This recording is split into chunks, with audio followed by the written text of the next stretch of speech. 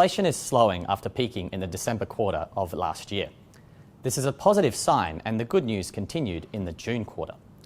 Headline inflation slowed to 6%, down from a peak of nearly 8% late last year.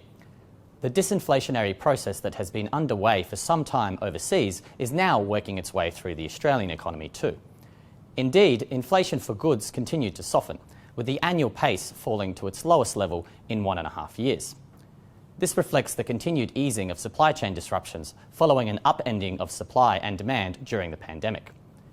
A pullback of commodity prices from their peaks following Russia's invasion of Ukraine has also helped.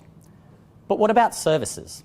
We know that inflation for services is an area closely monitored by central banks.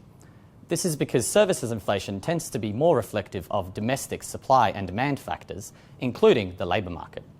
Services inflation also tends to be stickier and more difficult to get down if it takes hold. So what are we seeing here? The annual pace of services inflation accelerated, rising to its fastest pace since 2001. But things are more encouraging when we unpack the data.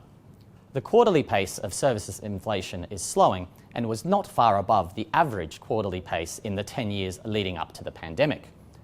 This means momentum is moving in the right direction and pressures are easing, but from a high base. The RBA board meets next Tuesday and the staff will certainly be combing through these details. A range of factors will be considered as the board decides whether to extend their July pause or increase the cash rate further. There's a stronger risk that the RBA extends its pause after this week's inflation result. This has been reflected in financial markets, which are now attaching only a small probability of a hike. But the RBA will also be carefully considering other data.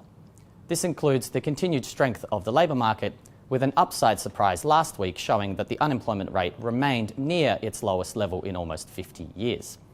Developments in consumer spending will also be monitored, but importantly, the board will receive updated economic forecasts from the RBA staff. These will provide important information on the expected path of inflation and the economy going forward. It is important for the RBA to remain vigilant. While inflation is slowing, at 6%, it is still running at double the top of the RBA's 2 to 3% band. This means that it is too early to convincingly say that we are out of the woods.